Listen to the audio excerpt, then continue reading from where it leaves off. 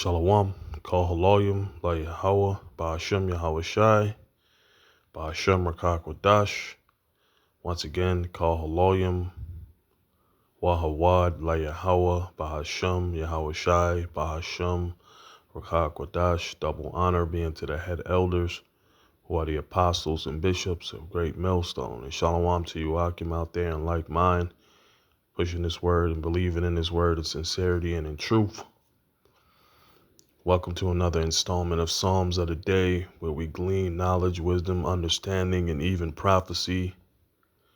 All right, along with comfort from the Psalms. This is Psalms 21. The chief musician, the Psalm of David. The king shall joy in thy strength, O Yahweh, Ba'ashem Yahweh Shai, and in thy salvation how greatly shall he rejoice.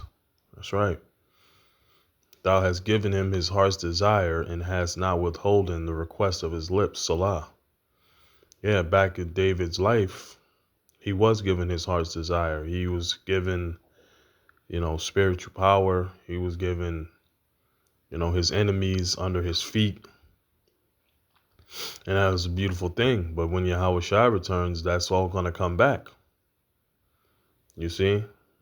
And that's going to be the true heart's desire, because we're going to have sinless bodies, indestructible bodies, perfect bodies. For thou preventest him with the blessings of goodness. Thou settest a crown of pure gold on his head.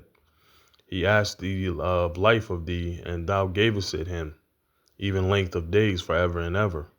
His glory is great in thy salvation. Honor and majesty hast thou laid upon him.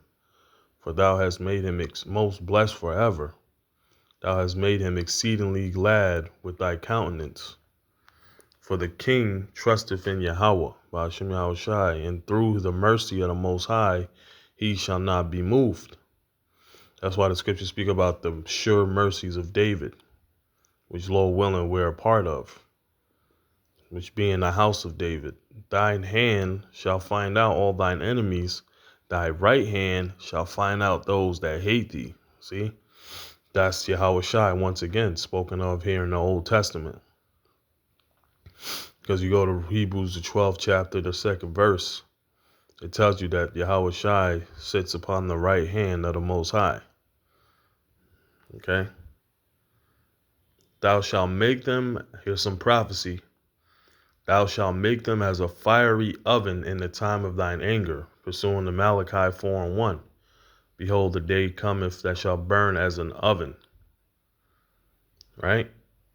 Yahweh Ba'ashem Yahweh Shai shall swallow them up in his wrath, and the fire shall devour them. See? That's prophecy.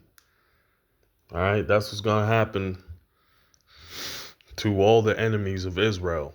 Beginning at the top of the list, the so-called white man, Esau Edom. His rulership is going to be burned with nuclear fire. Their fruit shall thou destroy from the earth. Another prophecy on the Edomites.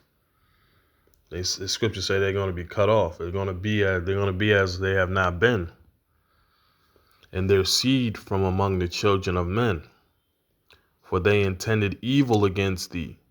They imagine a mischievous device which they are not able to perform. More prophecy. All right, because what the so-called white man intends to do is to chip every goddamn body. All right, but they're not going to be able to do it. The scriptures just said it.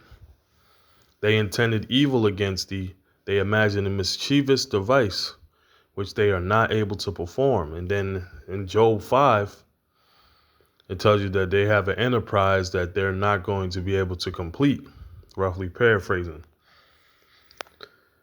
Therefore shalt thou make them turn their back when thou shalt make ready thine arrows. More prophecy. The arrows is the nuclear missiles upon thy strings against the face of them.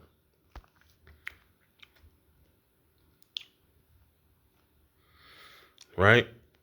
And it says, be thou exalted, Yahweh Ba'ashem Yahweh Shai, in thine own strength. So will we sing and praise thy power. That's right. So this has been Psalms 21. Quick, short one. 13 verses.